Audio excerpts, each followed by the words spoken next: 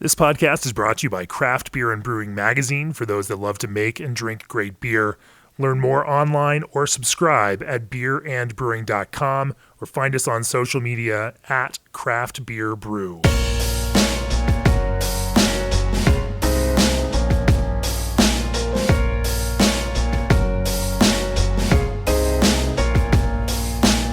Welcome to the Craft Beer and Brewing Podcast. I'm your host, co-founder and editorial director of Craft Beer and Brewing Magazine, Jamie Bogner.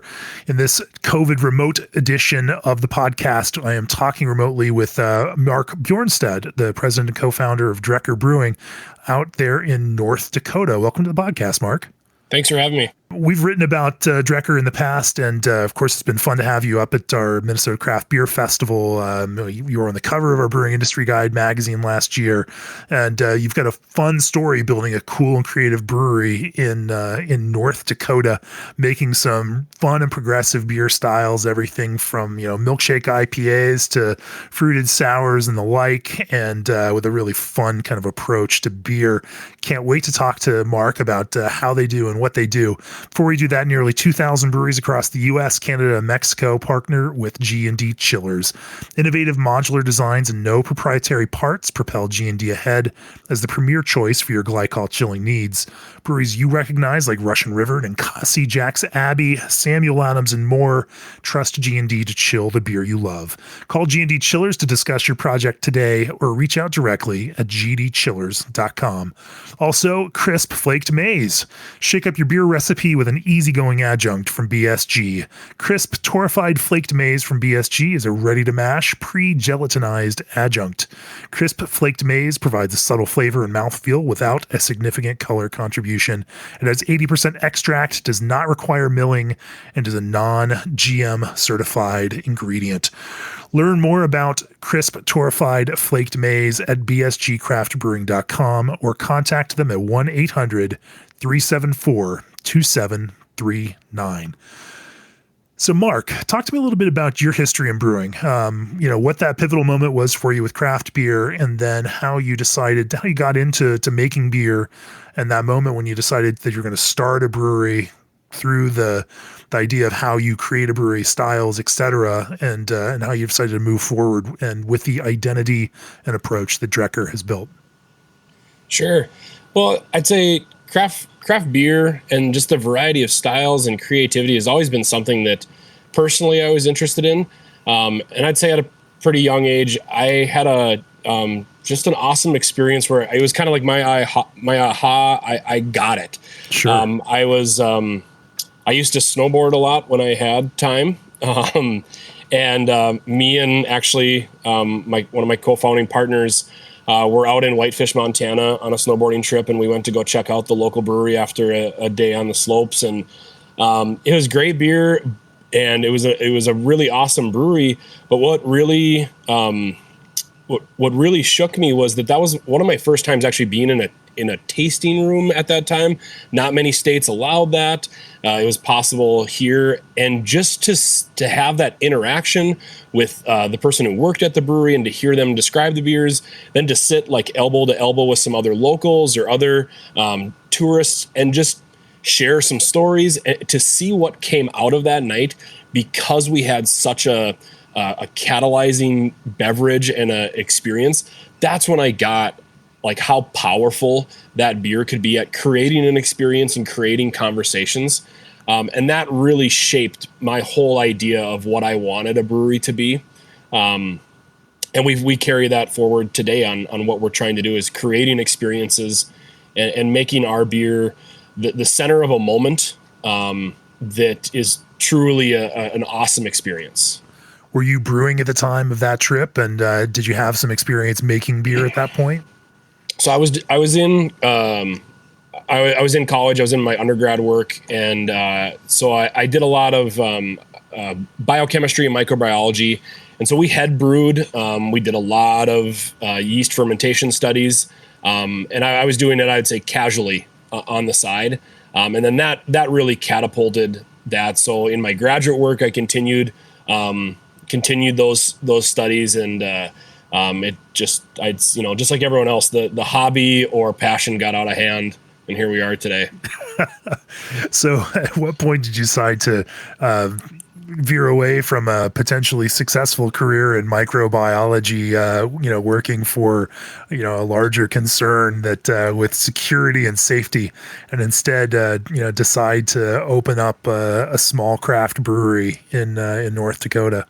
Well, I mean, I still do that. So I went on to anesthesia training, and so I practice anesthesia here, and I still do that.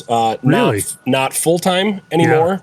Yeah. But that's still a passion of mine, and it works really well with my schedule, and I love that side of my life and professional career. But what really forced me to want to do the brewery was me and my partners we were living elsewhere, whether we were in training or we moved to other cities, and Fargo was all of our homes. We kept seeing this concept growing slowly in some areas. Taproom laws would open up, or self-distribution, avenues would open up, and we kept seeing the possibility there, and nothing was being done back in Fargo. And we love Fargo, and we love North Dakota. It's such an awesome community up here. But at that time, it wasn't developed quite into what it is now, as far as I'd say, like those cosmopolitan, things. And we wanted Fargo to be the place that we could go back to and, have our long career. And so we decided we could either keep complaining about it, or we could maybe find a way that we could contribute to what we think that what would make and build that community and what we want. And as that conversation grew, we realized that there was a lot of other people that were having those same conversations about their passion piece. And we just felt like, Fargo's on a tipping point. There's a lot of things that are going to happen, and so let's add to this. And that was when we kind of had that moment of no looking back. We're going to do this, and we're going to really commit to creating something bigger than ourselves and creating a brand and a community space that really builds our community into the place we want to live. That is kind of the beautiful effect of craft beer, and the thing that we love the most. It's not everyone moving to a place where there's already giant craft beer communities and trying to carve out a niche or, take business from other people. But there has been over the last, 7 or 8 years, this incredible movement of folks inspired by other creative breweries in other places and wanting to build that for their community. And, so watching great creative craft breweries pop up everywhere from, Fargo, North Dakota to Birmingham, Alabama, to, rural Georgia and Tennessee. These are fun kind of movements to watch, that kind of future of craft beer, which is not just about cannibalizing an existing market, but actually creating new consumers for craft beer and helping bring more people into it. Because I imagine, even at the time you were thinking about it, there wasn't a giant let's go to tap rooms and drink craft beer on the weekends with our friends kind of culture. You got to play a part in helping to build that entire idea of this is what we might do on the weekends or in the evenings to have fun with friends. Exactly. Yeah. So as you were formulating the idea for Drekker, talk to me a little bit about how you thought about what you were going to brew, and then how that may have evolved, as time and your experience in the brewery has moved forward. Sure. So when we were originally starting the concept, this is like early 2000s,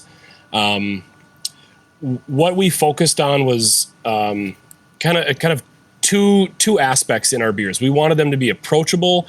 We wanted to introduce people to what craft beer was and make it an educational experience and kind of lead them down a path. So we wanted to have a rounded portfolio of styles. We wanted to make sure that they were enjoyable and drinkable, and we could share that. And then we also, to do that, to make them more approachable, not just on drinkability, but on the branding side of them too, we threaded in a definite story or a brand image that people could follow us down. And then the other thought was that if we could get people into these beers and we could introduce them to what craft beer was and what the style diversity was, then they might trust us and then we could try some weird things, and we could introduce them to flavors from outside of the brewing industry. Maybe it's cocktail inspired or wine or other culinary influences. And if we could work that into beer and then challenge, like once we've introduced them to this concept of craft beer, if we could immediately challenge them on what beer could be. And I'll admit, like when we were coming up with those ideas, we thought they were, we were scared that whether they were going to be too weird for people, whether anyone would follow us with this, and now when I look back at it, like those are some of the tamest things we do now. Is what we thought was crazy, 10 years ago. But that's where we started, was to try and make this thing where we could maybe trick people to come in the door, that like, no, come in, it's fine. We've got really great beer that you've heard of, and this is not going to be weird. And then if they liked us, slip in the weird stuff and see if they would follow us down the rabbit hole. And I think now we're almost at the point now where we're all weird stuff. Now you do have one kind of major core beer, right? Was it a red ale or? Yeah. So that's Broken Rudder. That's our Irish red. That was like the big flagship that we started with. That literally doesn't leave Fargo. It's on tap, everywhere around town. It's, big seller at the liquor stores. And we actually contract brew that because we can't handle the capacity here. And so we have a brewing partner that produces that for us, and then we can focus on everything else. And that made a lot of sense for us, and it's been working really well. Yeah, but I love that idea that you make a beer that is a relatively common, kind of ubiquitous, well-known beer, and have built up a reputation and a trust factor in that. But in a lot of ways, you're right. You've kind of created the customers that you wanted that may not have been there at the start, but they have, built a relationship with you, and now they will go with you. So what were those moments, and walk me through some of this kind of progression in weirdness. What were your early weird experiments, and how did those set the stage for where you are now? Well, I mean, from the very beginning, like with Broken Rudder, it was an idea of like, we're going to use local honey in this beer. And that's, I mean, honey isn't a strange ingredient, but it's not a typical ingredient in an Irish red. So we wanted to take a local ingredient that, North Dakota's not only like the number one barley producing state in the country, but it's actually the number one honey producing state in the country too. So that was a big passion of us, is to work in this local agriculture and food products idea. And then to show people what would happen if you put honey in there. You get this great flavor, but it actually dries the beer out and makes it a little bit more crisp and approachable and sessionable and all these things. And that's like the twist we put on that beer, albeit not much. Another beer that we did, we did a wheat beer that we used lime zest in, and that was everyone was really comfortable with like putting like a lime wedge or an orange wedge on their glass, but we wanted to be really intentional about the way we wanted that beer to be, and so we just put it into the beer. And those are some of the early ones, and then they seem quaint now. I know.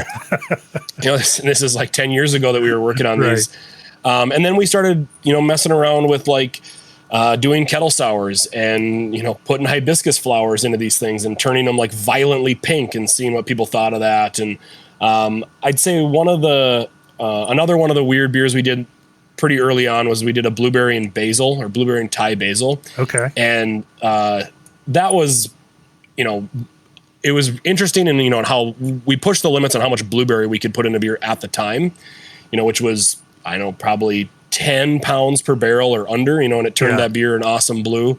And then that introduction of Thai basil was a culinary aspect that we'd always loved basil and berry, that sweet side.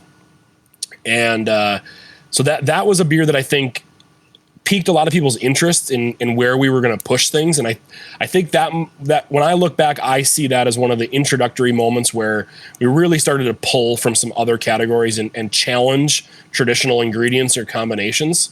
And then after that, it's everything's out the window.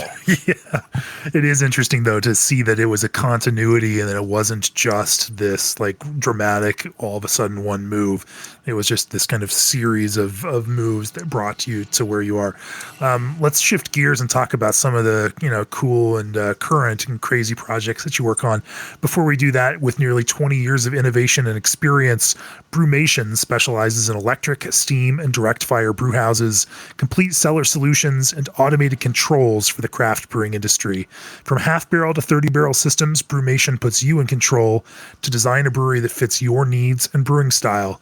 Whether you're starting a new brewery, upgrading your cellar, or just need some parts to keep you up and running, Brewmation has you covered. Visit them at brewmation.com to get started. Also, born out of a basement in Milwaukee a decade ago, Spike has grown to become a leading manufacturer of premium quality brewing equipment. So if you're looking for a reliable system for home or a commercial grade nano for your brewery, this is the time to buy. Spike is offering Craft Beer and Brewing listeners a special 10% off all 3-vessel system purchases while supplies last. Visit spikebrewing.com/craft and enter the code CBB at checkout. Spike Brewing, pursue what's possible. So blueberry Thai basil, sounds delicious, but also sounds pretty normal compared to lactose, fruit-filled, multi-layered, kind of kettle sour, intense flavor explosions. And at the same time, today's craft beer consumers are attuned to a different level of intensity in beer, and not just in beer, in all consumer products, whether that's their Starbucks lattes or any other food product, and not just beer itself. I think it's important because we in the brewing world love to decry, or there are certain quarters of the brewing world that love to wring their hands over what's happening.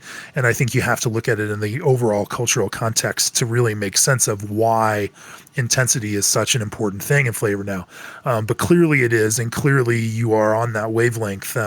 Talk to me about some of your more popular, interesting beers and some of, these kinds of evolving categories and how those things have developed over the last couple of years. Sure. So I think in our portfolio of beers that we produce, we'll probably do, and our goal this year was to try and get to 100 new beers. There's been a lot of humps and bumps this year, and I don't know if we'll hit that, but that's what we this year just got weird, huh? Yeah.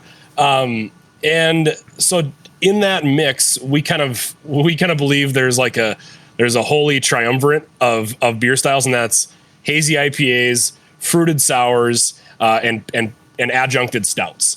I think there's a fourth, person that's not on the medal podium that would be like craft lagers that brewers are in love with. And we keep throwing those out there. I don't know if consumers care about them as much as we do. So we keep some of those close to the tap room, but mostly it's that hazy IPAs, and then where we want to push those, that goes down to even like fruited hazy IPAs, and then milkshake IPAs and what that definition is, and then lactose IPAs.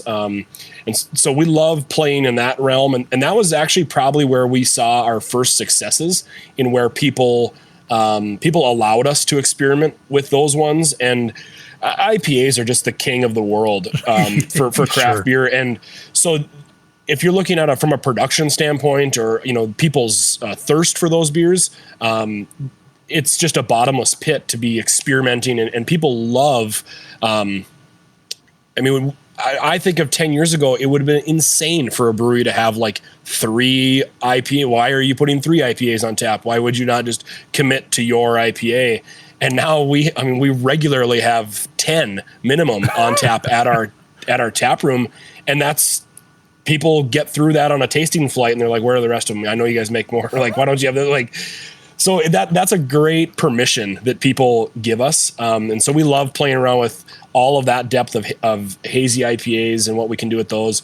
In that fruited sour world, we push the envelope on the level of fruiting we can do, the combination of fruiting we can do, and then also that's where I think we're probably pushing the envelope on, is this even beer anymore?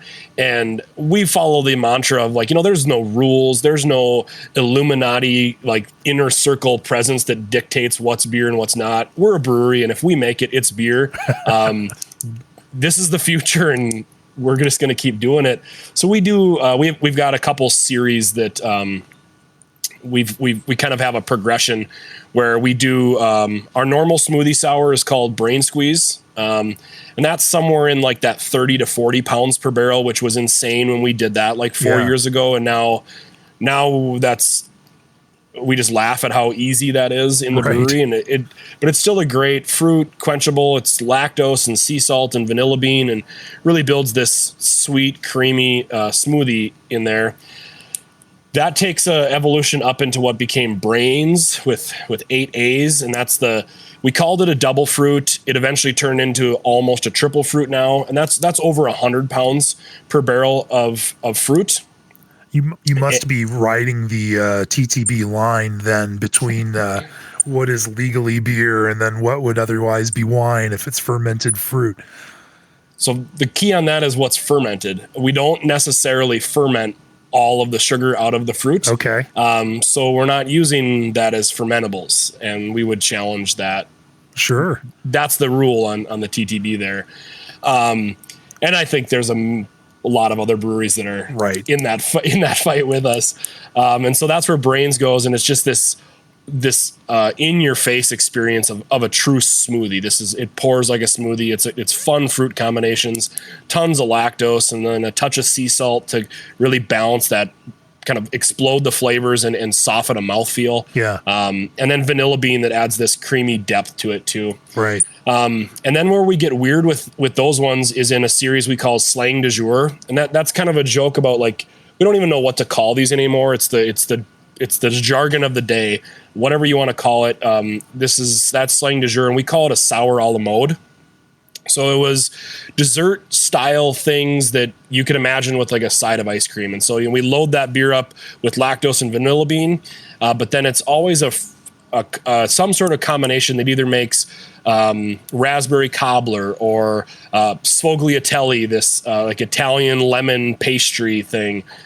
We do peach cobbler and all these other like pie or combinations in that one. And that's fun to be mixing in things like granola and graham cracker and cinnamon and some of these other aspects, and to really try and build something that is exactly the pureed version of what we said it was on the label and execute that in a beer. That's a really fun challenge to try and pull a flavor concept or an existing food item or dessert and execute that in a beer. And we just love that challenge. Let's talk a little bit about that. And I think to set the groundwork, what are your general parameters, for these beers in terms of finishing gravity and sweetness, in terms of alcohol, and in terms of kind of bitterness? Because, with all of these, you can make something that is just sweet, but for you as a brewer, that's going to be boring. And to make it interesting even to consumers, it has to have more than just sweet and more than just fruit. Building a layered experience is what makes these good. It's the same thing with cocktails and tiki. They can have sweetness, but if it's just sweetness, then people are going to feel like it's gross and cloying. But all of these things from alcohol to bitterness and layers of other interesting flavors, spice and whatnot kind of combined. So talk to me a little bit about, that kind of basic framework. And then let's talk about how you dial in these recipes with these, variety of ingredients and what that process looks like for figuring out how to make these things. Sure. I think one of the keys to, like you said, that balance of sweetness, or providing an insane level of sweetness, but then making sure that's not cloying. Right. And one of the keys to that is doing that on sour bases. When you think about a fruit that you love, sweetness isn't what makes that fruit like the most enjoyable thing. It's also the tartness that follows it. And like, that's really like fruit. When I think of, like an awesome blueberry, it's not just this rich, sweet jam. It's that tart, fresh blueberry. And that tanginess the kind of like sharp edge to it. Sure. Yeah. And that really, whether that's what cleans it off of your palate or eliminates that sweetness and changes it into sour as well. That makes these beers a lot more enjoyable and palatable. So that combination of sweet and then the tangy sour along with it. And then mixing in those elements of savoriness, whether that's, we love that in like the slang du jour, we're layering in, granola or graham crackers or something to kind of build that depth and that grain savoriness to it, that heartiness. And then spices like cinnamon and nutmeg and cardamom or allspice. Those add a depth almost, cardamom almost has a heat to it sometimes that isn't necessarily perceptible when it's blended in, when it's blended into that, it gives you the depth and balance and kind of pulls it into all directions and creates something really cool. When you're kind of designing these fruity sour beers, is there an acidity level that you shoot for? Is there, is there some sort of kind of final gravity that you tend to find, pardon the pun, becomes that sweet spot for providing the right kind of balance against that sweetness the right balance against the acidity level and the ABV? Yeah, you definitely can play with that where you think that finishing gravity is going to be that as we increase the finishing gravity or that residual sweetness, we can increase that the TA level on that beer and either maintain a balance at this now if you balance that, what it becomes is mouthfeel. And so if we keep a balance, we can just keep increasing the mouthfeel with increasing tartness and increasing residual gravity. So we do a lot of the, some of these beers are finishing at like above 20 Plato. Yeah. And that's smoothie beers. That's what people expect. Yeah. So we do that with, a combination of fermentable and unfermentable sugars, at a point you're saturating what that yeast can even ferment. Right. And so a lot of lactose. But then some of the extra sugars coming in after the fermentation process, so that you're not completely shredding that yeast, right? Yep.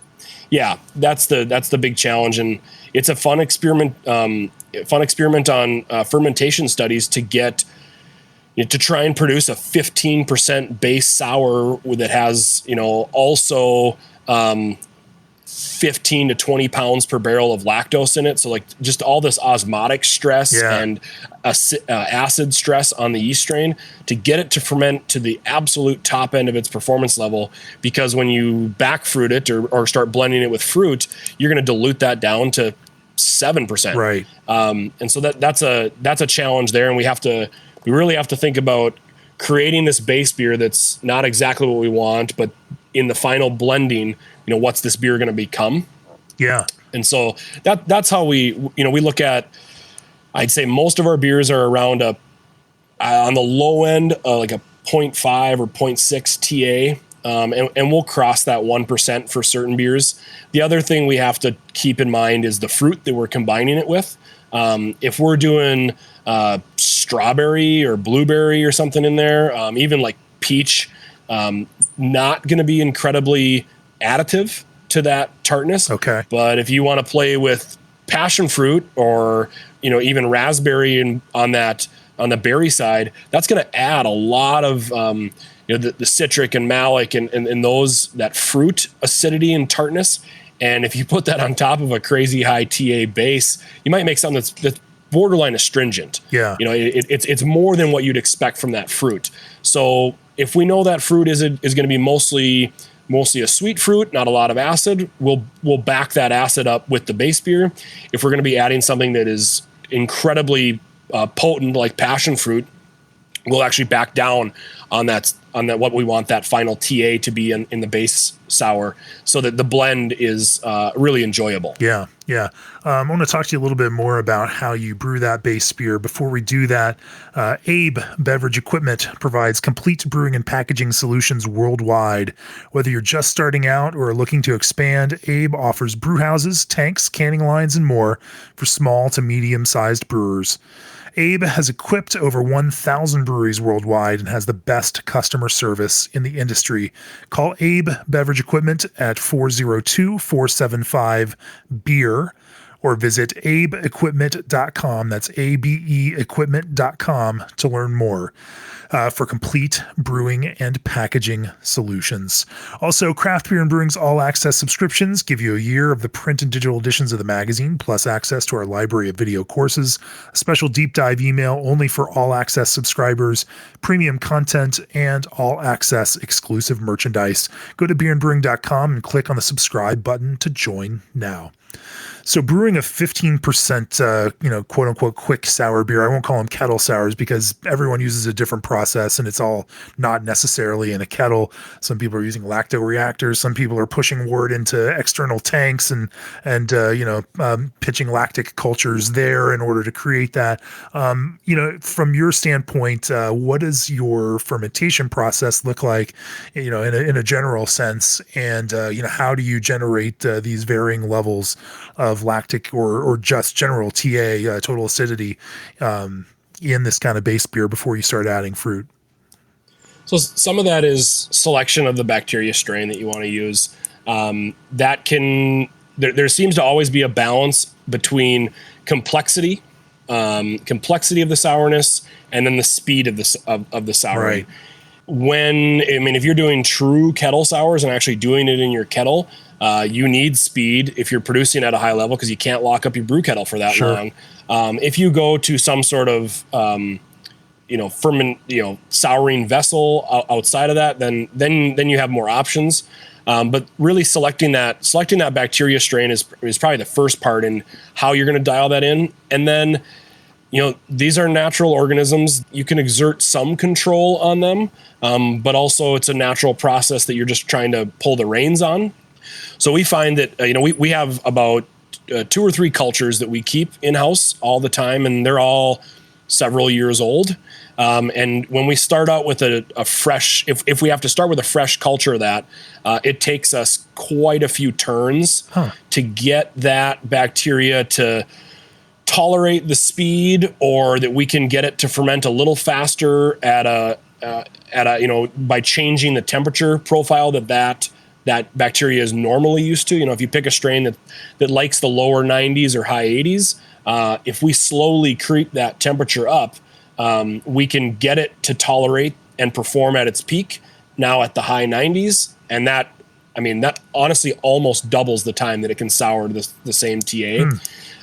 So that, I think, just being patient with your strains and pushing them, just like we've done, what we did with yeast centuries ago, we kind of put some parameters on these things and drove them to the directions and selected what we wanted, the traits that we wanted out of them. We're starting to be able to do that with these bacteria strains. And so are you then, pulling out your mash, quick boil, loading into another tank, and then kind of doing that there? What does that broader process look like? Sure. So when we opened our new brewery, it's about 2 years ago now. We put in we did a custom designed 4-vessel system. Okay. So having our brew kettle that many tanks away from our starting point helps us. We pretty much produce a sour turn at the end of every day. So every day you come in and you're knocking out a sour out of the kettle while you're mashing in your first batch of the day. We brew 2 batches of normal or non-sour beer and then finish the day with half of a turn of a sour to then get finished the next day. And so having those multi-vessel brewhouse helps us separate those processes out. And it actually helps us brew a little bit more efficiently because almost at no time do we not have a beer at every stage of the process going. So the first thing that is done in the day is come in and pull a sample of that kettle sour, and then we run everything on do a titratable acidity test on it. We found, just based on the amount of the different wort compositions that we're producing, pH was not a good indicator across all of those parameters.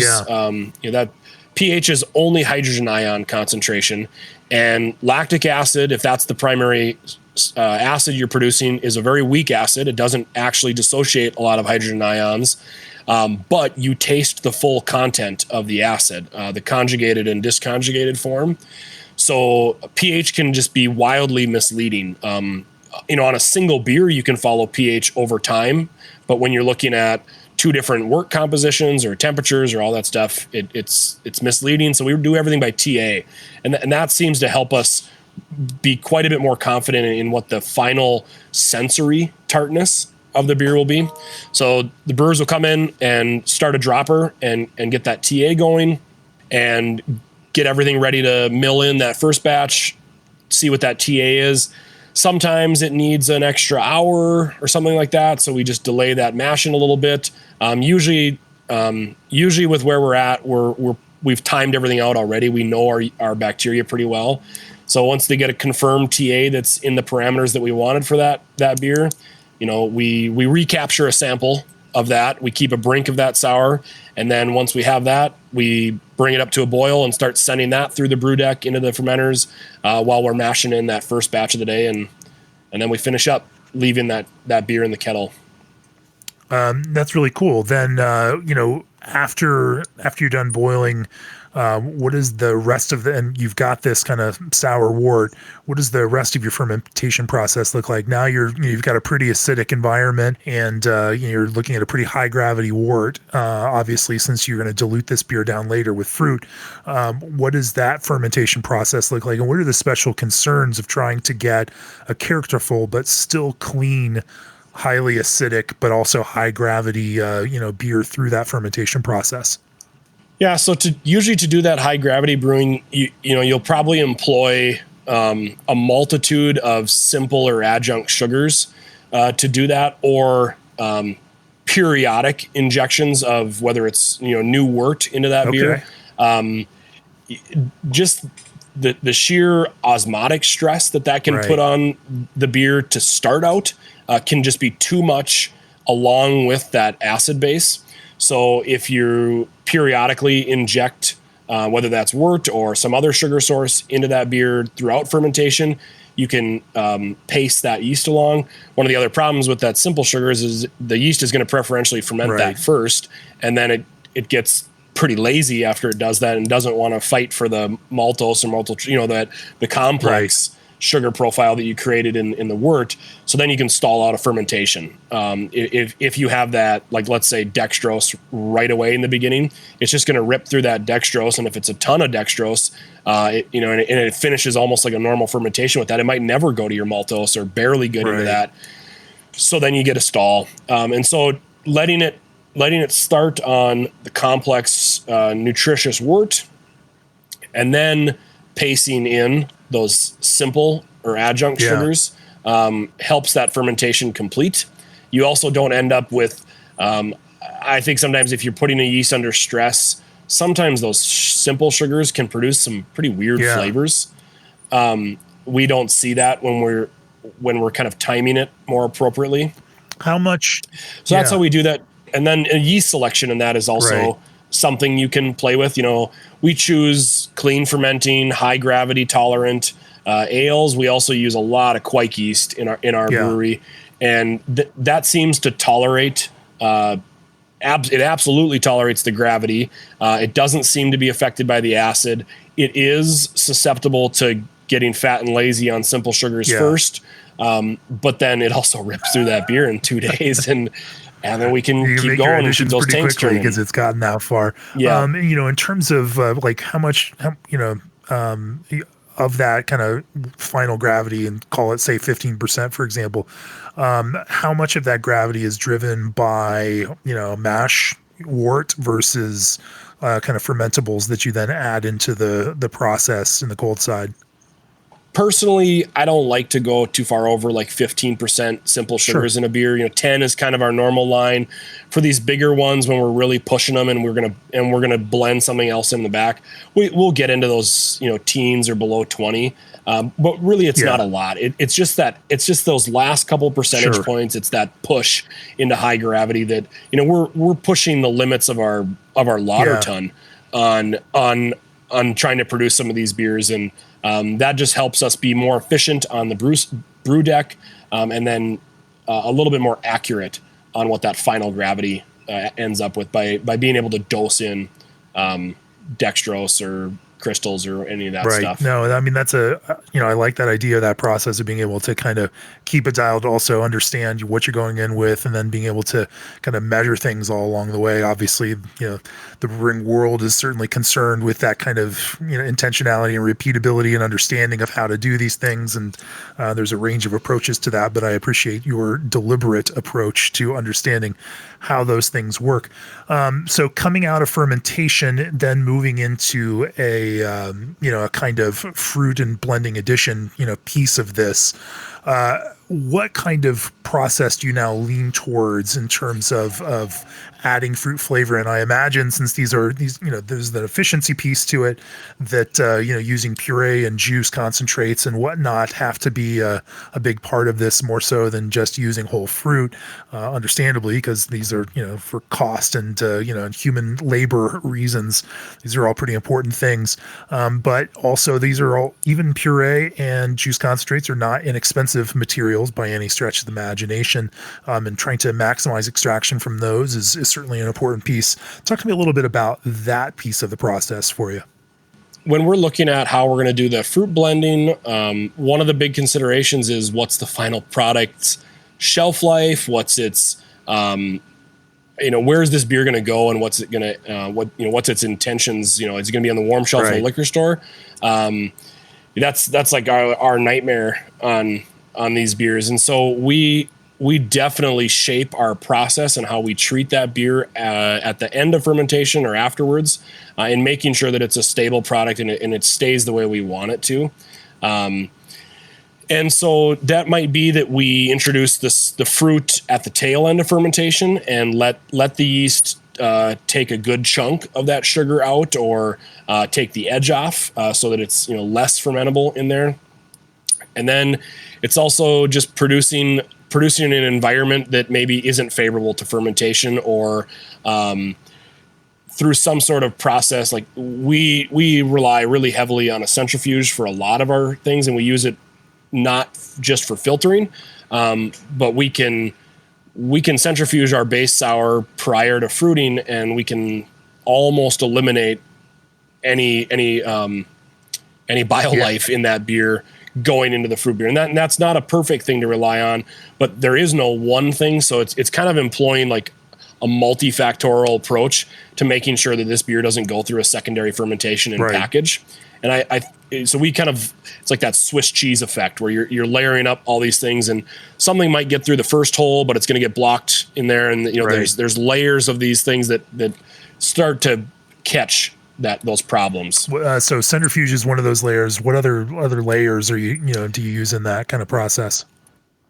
I'd say like the timing of fruiting and how you do that. And then if you want to get into yeast inhibition or things like that, the winery and cidery world is huge on using different back end products to inhibit or slow fermentation. And that's, I think, the jury's out on whether that works totally with this amount of fruit load. Or like adding sulfites in it to arrest fermentation. Something like that, or getting that out of there. And I know a lot of breweries that play around with that. We have two, but I said it's like, it's not one thing. It's a multitude of ways you treat that beer. And then, cold chain supply. Sure. In terms of extraction from fruit, what do you find helps kind of transfer these fruit flavors into the beer itself in the most efficient and effective kind of way? Sure. So we primarily use puree products. Part of that is that's where the best bulk access is. And there's the most consistent flavor across that. And then costs come into it, but purees are incredibly expensive too, especially aseptic purees. What a lot of it comes down to is it's not necessarily labor costs at the size of the batches we're producing. We'll be doing upwards of 100 barrel batches of some of these fruited sours. There's a physical limit to just what manual labor can do efficiently for that. It's not just the cost. It's just that, that's no way to live as a brewer processing some of these things. there's easier ways to do it, but we will employ both too. So like we just came out with a beer that's one of our summer favorites. It's a blackberry and cucumber fruited sour. That uses a blackberry puree, and then that uses real cucumbers that we process. And it is a lot of cucumber, and we're willing to employ that labor and go through the real processed cucumber that we do because we don't have access to a better source for it.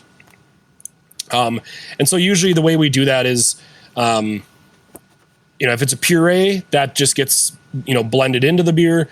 If it's still in some sort of bulk chunk form, macerating it is key to just breaking down the fruit to start with.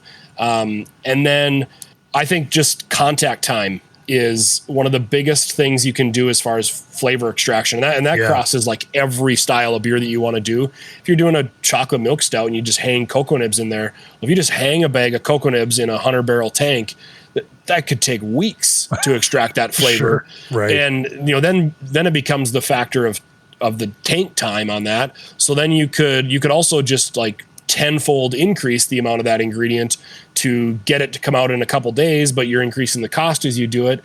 And I think somewhere in between, and then employing a recirculation method on that tank, just as much beer contact with the flavor ingredient you can give that product, you're going to have the best chance for flavor extraction. And so we love doing recirculation loops, and then sometimes that's through like an intermediate, like adjuncting vessel. Right. And the really nice thing with anytime you're doing that is that adjuncting vessel is going to be, almost like a concentrate of that flavor. It's going to be, if you have a sample poured on it, you can taste it and, see that intensity, and that might be what you want the final product to be. So you can just keep taste testing the sample poured on your adjuncting vessel to the sample port on your final mixing vessel. And once those two taste the same, you kind of know that you've reached max extraction. Yeah. On that. And like to your point earlier about repeatability and an efficient process, that's what we're really looking for. It's not just like buy as much of this ingredient as we can, charge whatever, and mix this stuff up and see where it ends up. We're trying to create processes that are really repeatable and efficient. And then one time that process might be used for coconut, but the next time it's getting used for cocoa nibs. And those processes are valid for lots of different ingredients. So recirculation loops through some manner are really important and huge for that efficient extraction of flavor. When we start talking about ingredients like vanilla that figure into milkshake type beers, I mean, it's incredibly important given how crazy expensive, vanilla can be to get everything that you possibly can out of that. For sure. Well, we've now spoken a lot about, kind of sour beers and fruited sour beers, which is awesome. We don't talk about that much on the podcast. But let's talk about, some of the other beers you make. I mean, we do talk about IPA pretty frequently here in the magazine and in the podcast. But from a milkshake IPA standpoint, just to kind of keep the fruit and flavor and vanilla, piece over there, talk to me a little bit about how you formulate ideas for balance between bitterness of an IPA, fruit flavor, hops character, even envisioning how hops interact with the fruit flavor in one of these beers, and then how, using that kind of lactose and, vanilla component to add a, roundness or softness to it, how that all kind of plays into your design philosophy and the way that you think about these recipes. Yeah, and I think that those variables that you're kind of dialing up or down are different for every type of milkshake, whatever that flavor that you're going for. So our milkshake series is called Secret Handshake. We don't necessarily do straight fruit and vanilla and lactose. We're again trying to execute a little bit deeper flavor. So we do a lot of things like lemon meringue pie milkshake IPA and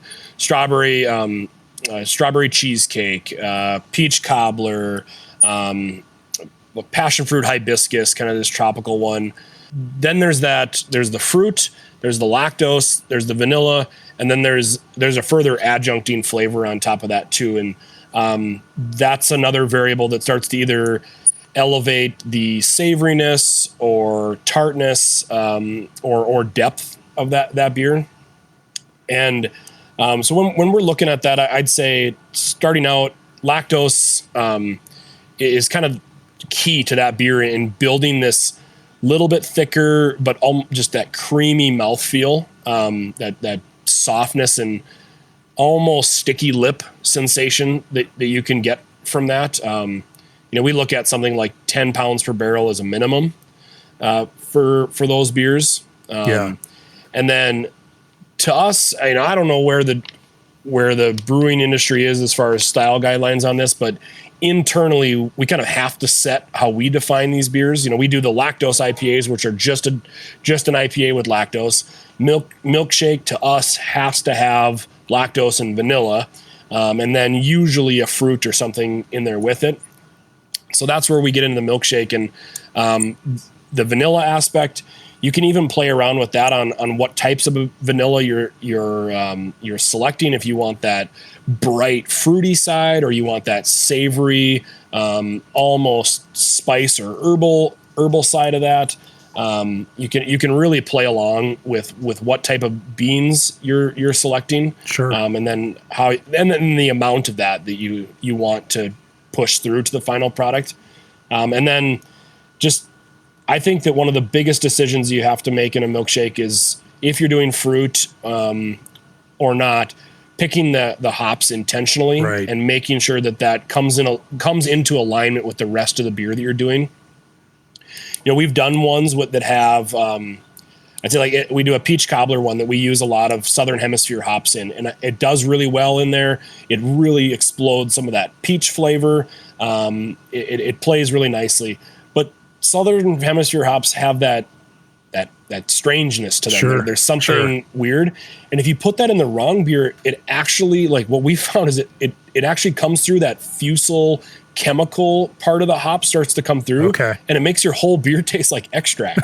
And so you get this perception that they use strawberry extract in this because I can taste that chemically extract. And that's the weird edges of some of those hops. And so we stay away from that in some of those other beers. So say we're doing something like strawberry. Personally, I love Belma hops. They have that strawberry creamsicle edge.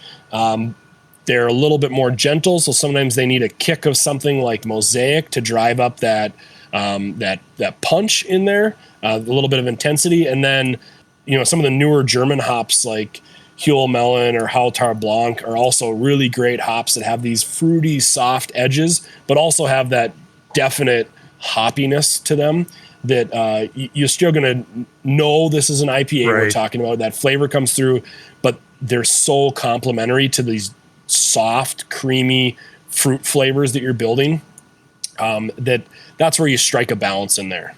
In terms of usage, are there kind of goals? Obviously we're not calculating it necessarily on IBUs. We're looking, at a bigger kind of, sense on that. But how do you think about balancing the amount of hops flavor with these other strong fruity flavors and this kind of, big sweetness that's still in these beers? Yeah, that again needs to be considered with the overall goals and flavor profile you're trying to make in that beer, and what's realistic with that fruit or what you're going to try and do. You don't want an incredible amount of hoppiness every time, right? But then there's other ones that it really helps. We're normally going to be 5+ pounds per barrel is eyes closed, not even going to think about that in a normal IPA. Yeah. We're going to throttle that way back on some of these milkshakes. Make sure the flavor is there, but we don't necessarily want that hot burn or that intensity either, which is sometimes enjoyable and helpful in those big hazy IPAs. But in a milkshake, it starts to become, the complexity that creates is almost distracting and too weird. Yeah.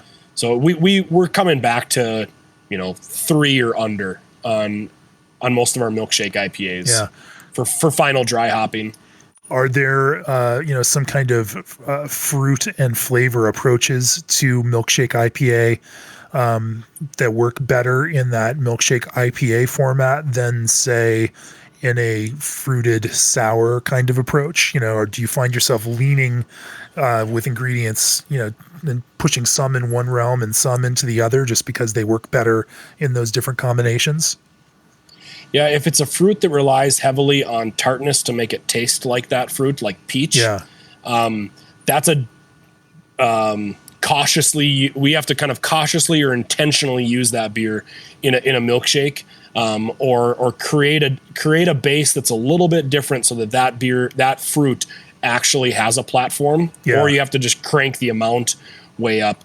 Whereas if you do something like blueberry in there, you don't need as much. That flavor is pervasive and it comes through. It doesn't require, I mean, it gets more jammy. It doesn't get as fresh blueberry without that tartness, but that's it's an important consideration to make when you're looking at that. This is going to be a pretty savory and creamy beer, not have that base tartness to it.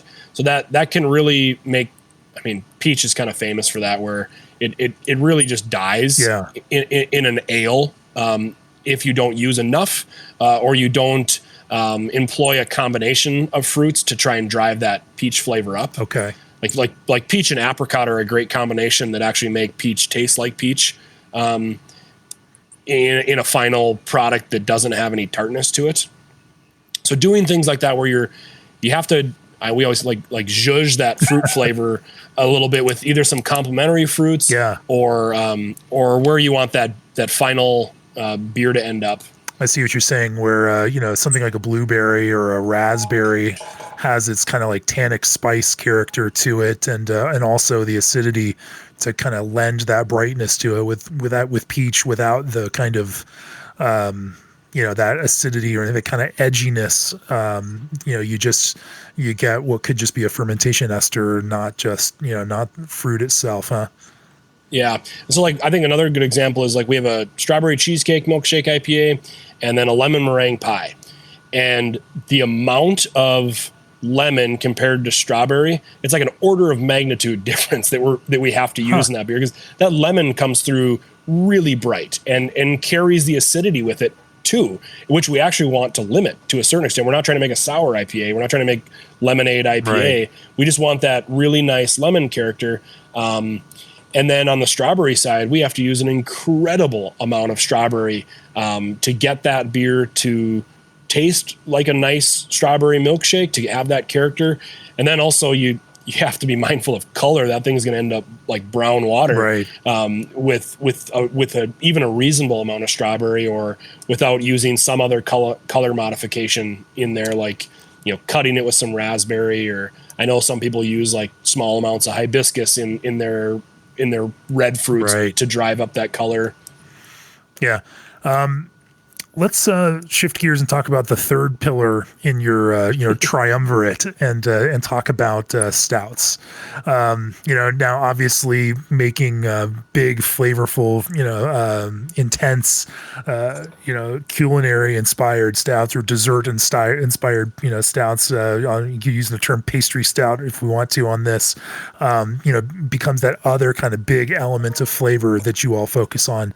Talk to me a little bit about some of the favorites that you find in terms of flavor combinations, and then how you build some recipes that help highlight these kinds of flavors that customers expect out of them.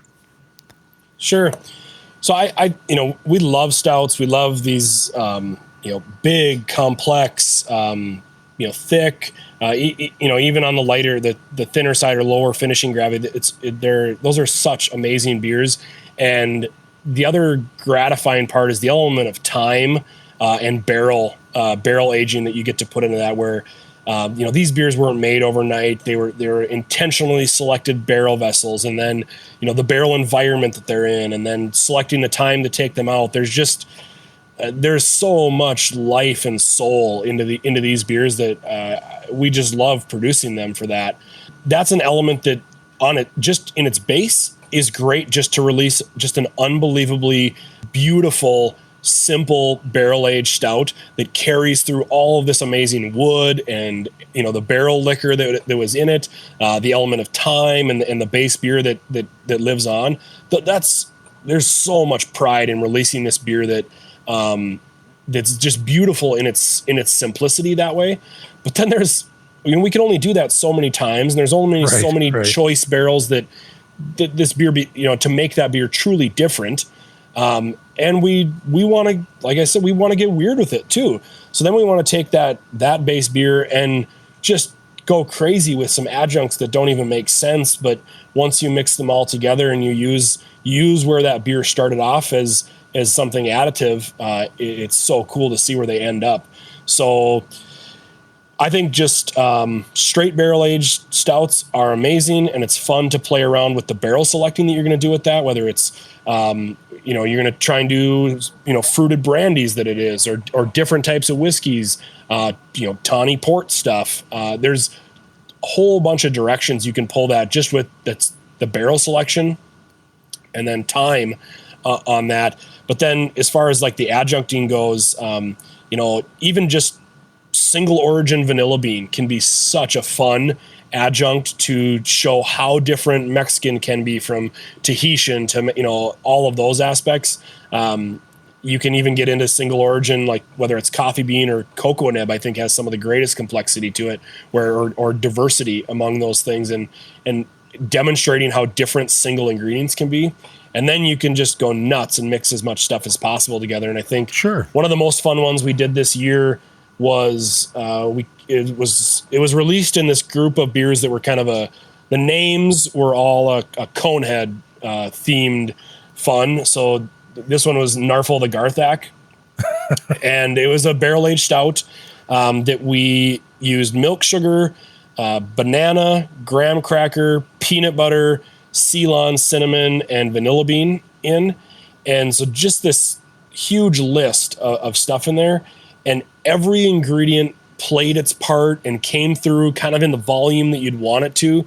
And the beer was better than the sum of its parts. It was just a really cool experience. So it doesn't, if you do it intentionally and you select the ingredients that start to play on each other, you risk running into a flavor mess if you do that. But if you intentionally select these things that all are supposed to have a certain note that they play, you end up with a really cool chord there.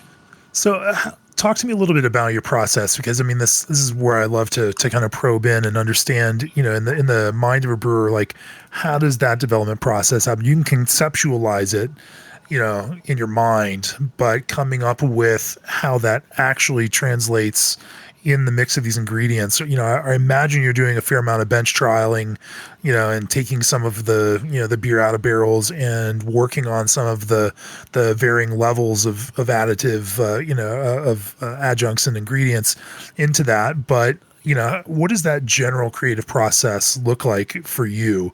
Where are you drawing some inspiration from? And then how do you go from that inspiration into, this is exactly how much of this we're going to use, and this is how much we're going to use of this. And then how does that, even move through as you're adding that into and maybe recirculating and tasting, as a chef? How do you think about, needs a little more of this, might need a little more of that in order to kind of pull the finished thing together? Yeah. I think that one of the big points to think about is a general brewing principle where it's good to be exact and very specific and nail your beers on the first try. But at a certain point, you're never going to be that lucky. And the best brewers know that a beer doesn't have to start out perfect or be mistake-free through the brew deck into the fermenter. But a good brewer knows the control points and how to adjust for when a gravity is slipping or when fermentation is not following the profile you want. What are your control points? And so when you're doing flavor adjuncting, it's the same thing. You're very rarely going to guess correctly, but how are you controlling that flavor infusion? And then what further adjustment points do you have in that beer? And so thinking of the process is just as important as thinking of the dosing or the ingredients that you select. And then as far as, like you said, benchmark testing, I think there's merit in that. And that's a good way to evaluate single ingredients. Personally, for us on a creative standpoint, and in my opinion, is that test batching or, doing those small scale things is almost like training wheels, where you become comfortable with them and you keep experimenting, you keep playing with those training wheels on. And it becomes too scary sometimes to even take them off. And I've seen way too many beers die in R&D just because it couldn't get perfect in R&D.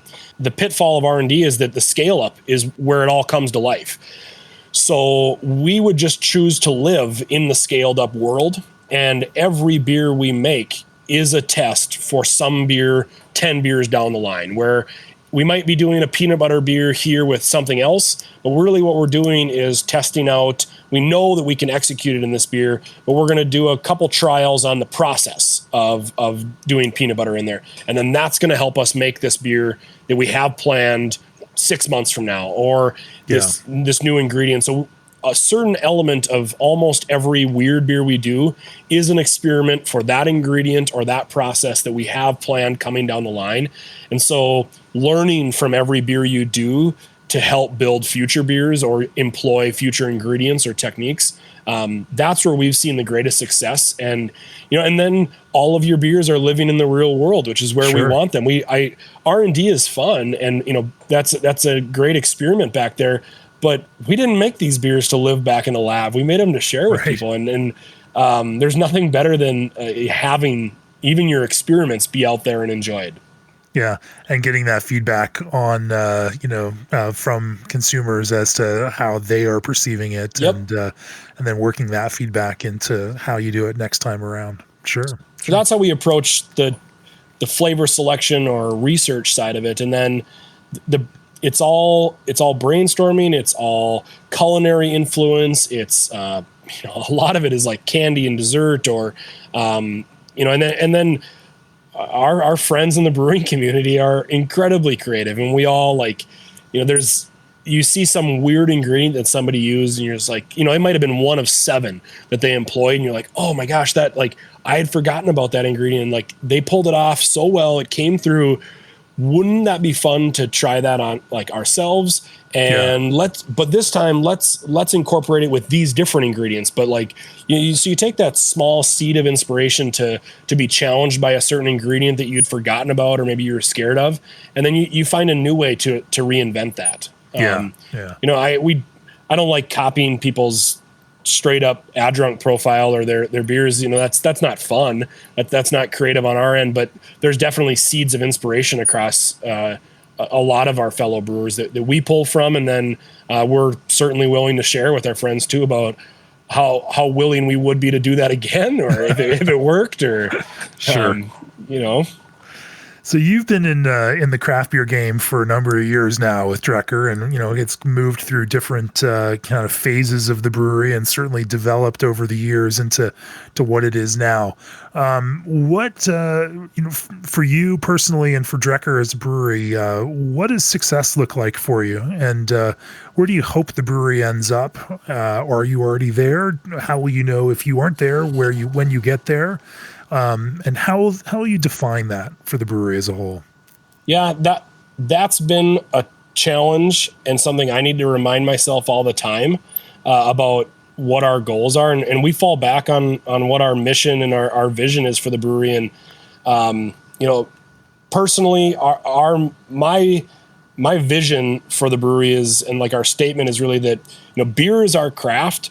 But Drekker is about much more than just the contents of a glass. It's what happens when a few of those glasses get raised together.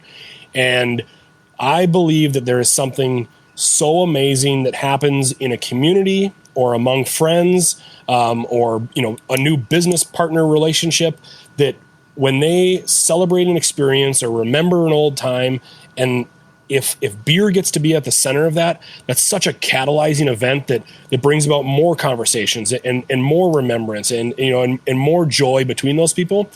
And if our beer gets to be at the center of that, that is such an honor and something that drives us to continuously make beer that honors the beauty of that moment. And so seeing our beer being shared in a community, challenging people's opinions, or just bringing about an experience, that's it. That's what we're trying to do. We were given the ability to do that from day one. And I think we're just continuously, the community is, jumping on board with what we're doing. And, we have our people that love us. And that's the greatest success we could ever achieve, is to be doing exactly what we wanted to be doing. I don't know what, we try not to put metrics on that or what size that is or how many distribution markets we're in.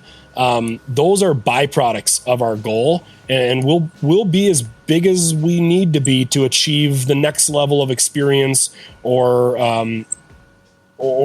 success, how we define it. If we want to get smaller someday because the climate changes, we'll get smaller, and that'll be great because that's keeping us who we are. If we need to get bigger to get more beer to places that we think would be awesome and would build our brand and build our network, we'll become bigger. But those are byproducts and not the goals. That'll happen by virtue of what we do. That's well said. Well said. Nearly 2,000 breweries across the U.S., Canada, and Mexico partner with G&D chillers. Crisp flaked maize provides a subtle flavor and mouthfeel without significant color contribution. Brewmation puts you in control. Spike is your source for reliable home and nano systems. Abe is your trusted source for complete brewing and packaging solutions. And Craft Beer and Brewing's All Access subscriptions are the best way to support this very podcast. Mark Bjornstad, Drekker Brewing. If people want to find more about Drekker, where do they find you? Our website is terrible. Don't go to that. It's so hard to update that stuff with the speed we're moving. We're going to be launching a new website here someday if that ever gets off the storyboard. But mostly it's Instagram and Facebook. Social media is just where you're continuously seeing our stream of consciousness and what's going on and the new beers coming out. That's probably the best way to stay up on what we're doing, and send us a message or follow along. We love hearing from everybody.